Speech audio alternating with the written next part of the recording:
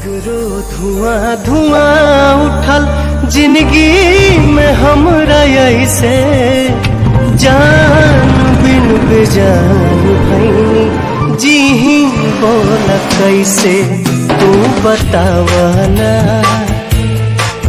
समझावना तू बतावना समझावना।